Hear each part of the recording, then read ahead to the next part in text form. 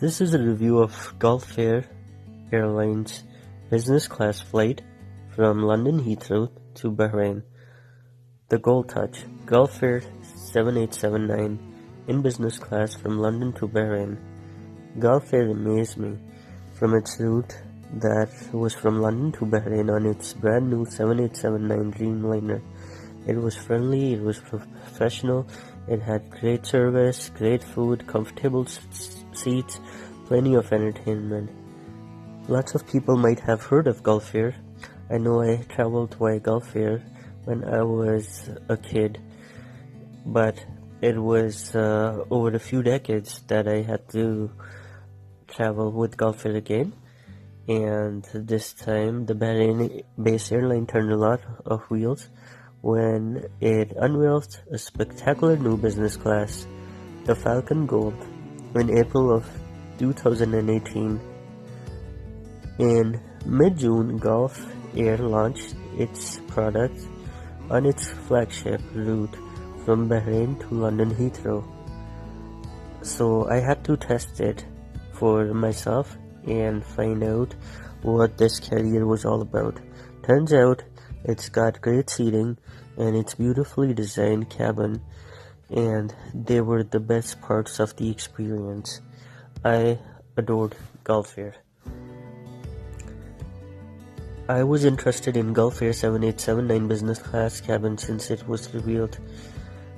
I couldn't, however, figure it out a perfect time to fly, and when I had an opportunity of flying out to Lahore, Pakistan, I felt this was a good, valid option that I could utilize.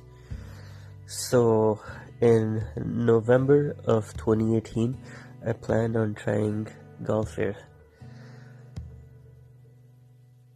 I bought an American Airlines ticket and I had the opportunity of accumulating the AAdvantage miles, and Gulf Air was partners with American Airlines.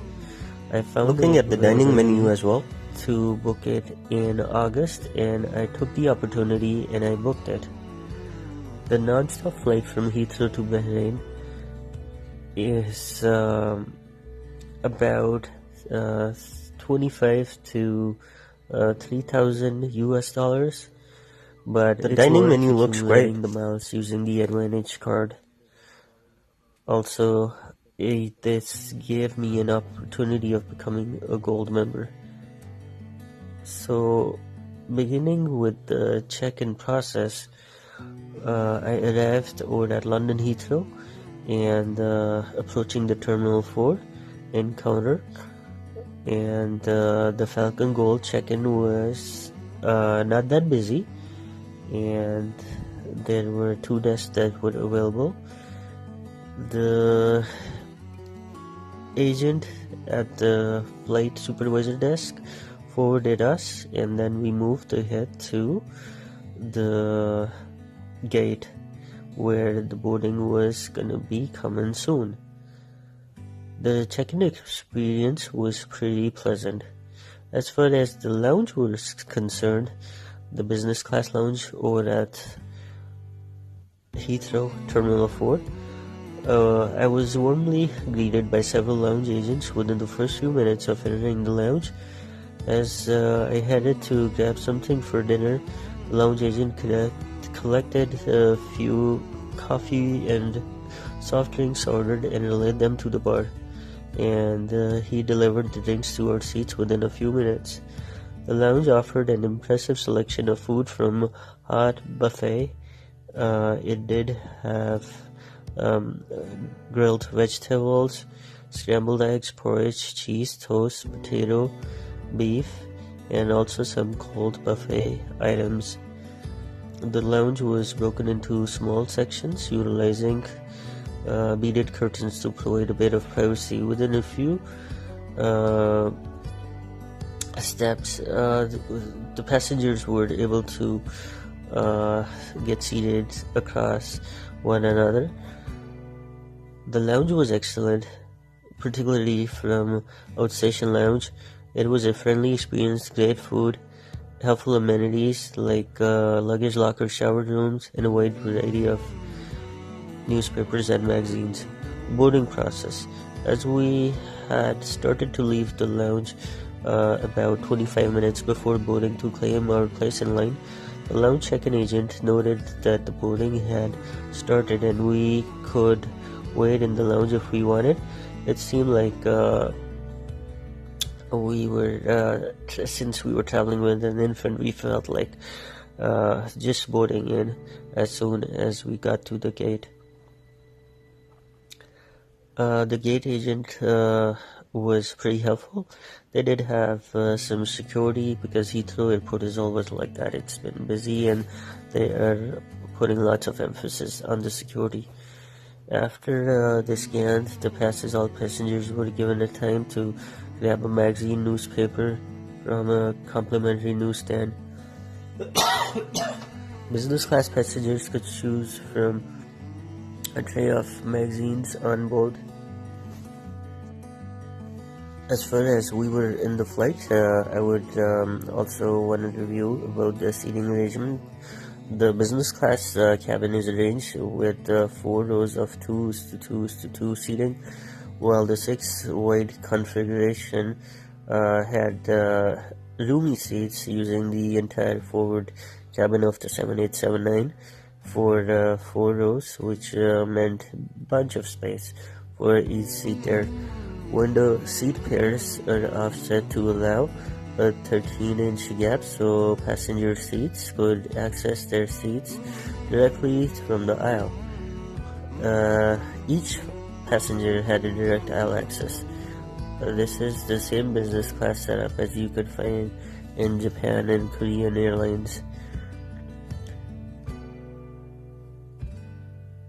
The seats were strategically placed, and you had ample room to see passengers go in the aisle.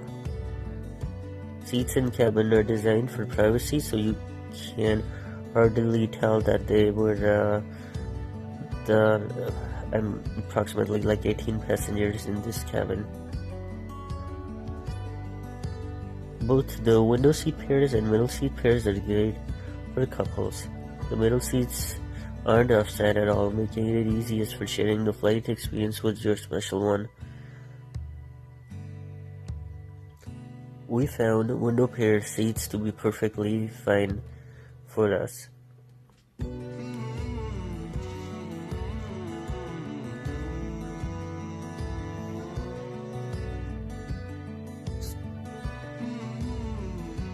Which row to choose the next time I would choose a row, I would still go with the aisle seats because lots of room, and then you could also have access to the aisle if you want to use the lavatory. Now it's this time we are about to depart beautiful London.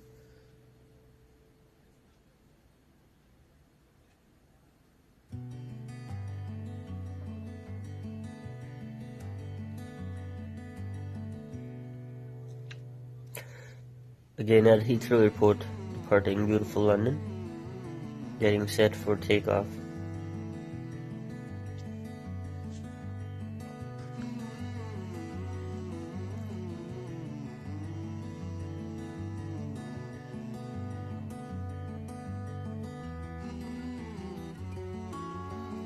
Looking at the aerial view outside the window.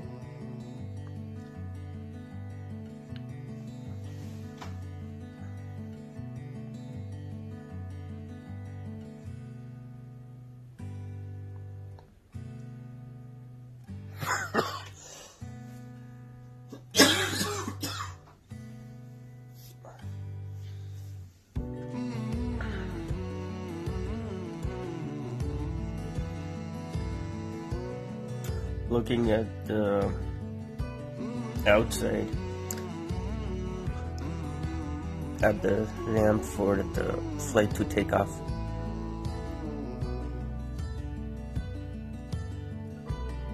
So here's when we're taking off. Okay, again, you could see the spacious seats.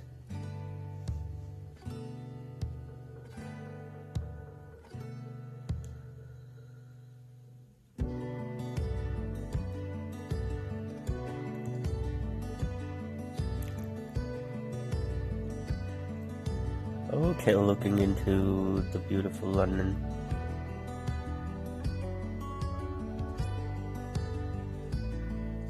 Taking off.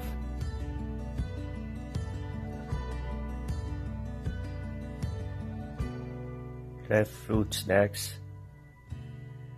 Almonds, pistachios, cashews.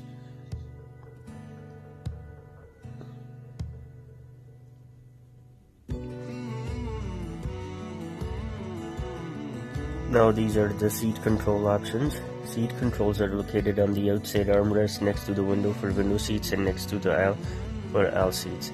There is a range of seating adjustment features including a massage function that I enjoyed a lot. When extended all the way flat, my aisle seat measured about 76 inches from the shell of the seat to the deepest part of the footwell. It seemed my seat had the space for days.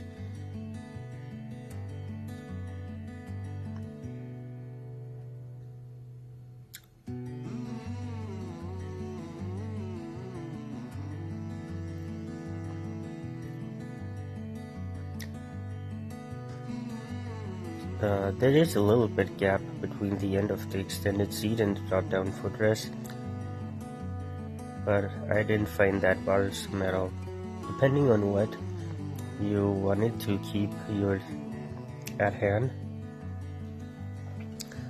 the seat has got some storage as well. There is one long 30-inch by 2.5-inch storage well in the middle console. In front of that there is a literature pocket that had some magazines and safety card.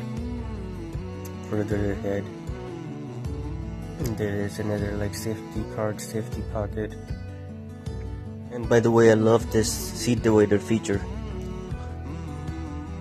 If you would like a crew member to wake you up at a certain time, you could request that as well.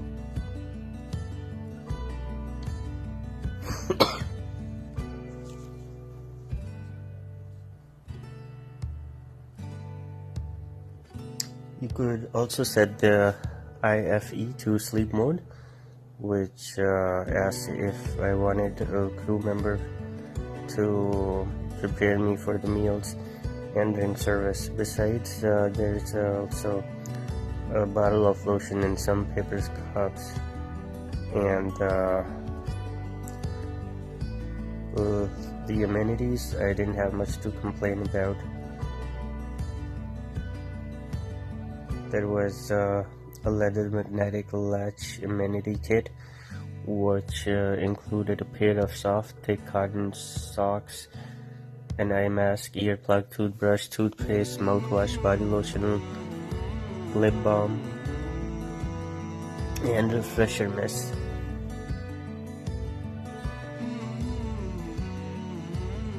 The in-flight entertainment screens, they measured an impressive 21.5 inches diagonally and had crisp resolution. In addition to the main screen, there was also a sizable 5-inch diagonal screen on the IFE remote in the center console. As the main screen was effectively out of reach, large size of the remote allowed for easy browsing. Yeah, more seat adjustment options than British Airways.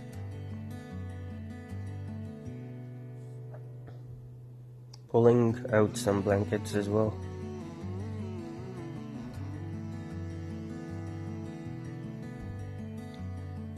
About the entertainment system, the IFE system offered 60 movies, including about 10 Hollywood movies, a few Bollywood, and a few Pakistani movies as well. For the people of Pakistani origin, did have the option of watching some new Pakistani movies. And I remember the movie that was watched by me at that time was Jackpot. Okay, so all these movies were basically the ones released in 2018. 15 channels of TV programming, each with a wide selection of shows. They included Prison Break, X-Files, This Is Us, How I Met Your Mother, and diverse collection of 54 albums from Arabic music to English music. There were about 19 games, and some ebooks.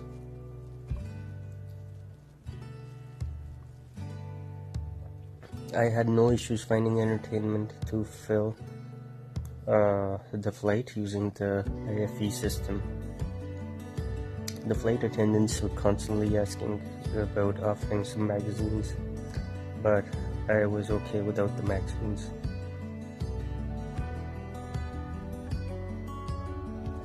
Looking at the seat adjustment system again, that's the divider. The divider was a good feature.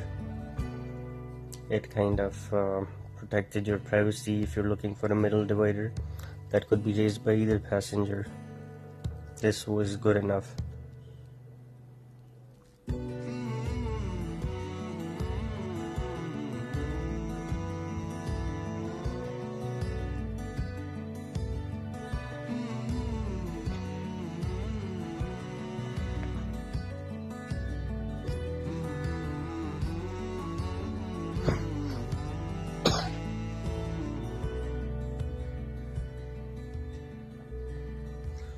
So while I am looking at the seat options, I am also trying to figure out the noise cancelling or the ear headphones.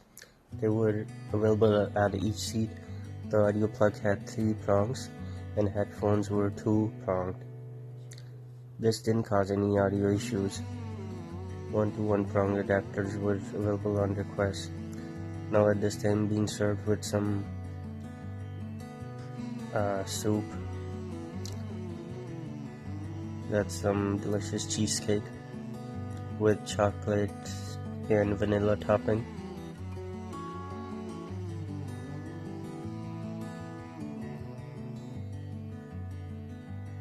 For those who were into the drink service, that started during the boarding with the selection of lemon juice with mint. Yeah, that was their special mint margarita.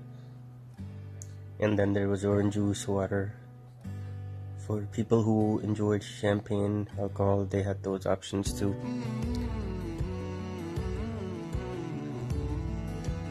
While onboarding was going on, the flight attendants, they did hand out the menus with a choice of hot or cold towels.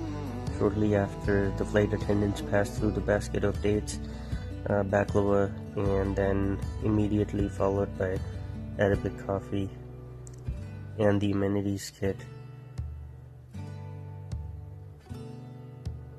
They did have the in-flight chef who personally came through and took lunch and drink orders and collected the menus. They did hand over bowls of cool nuts and raisins. For me, it was more than what I had expected. As far as the menu is concerned, the starter choices included the grilled salmon to British Airways salad as well as diced cucumber tomato, by the overwhelming hospitality of olives, lentils, and tomatoes. I would highly recommend it.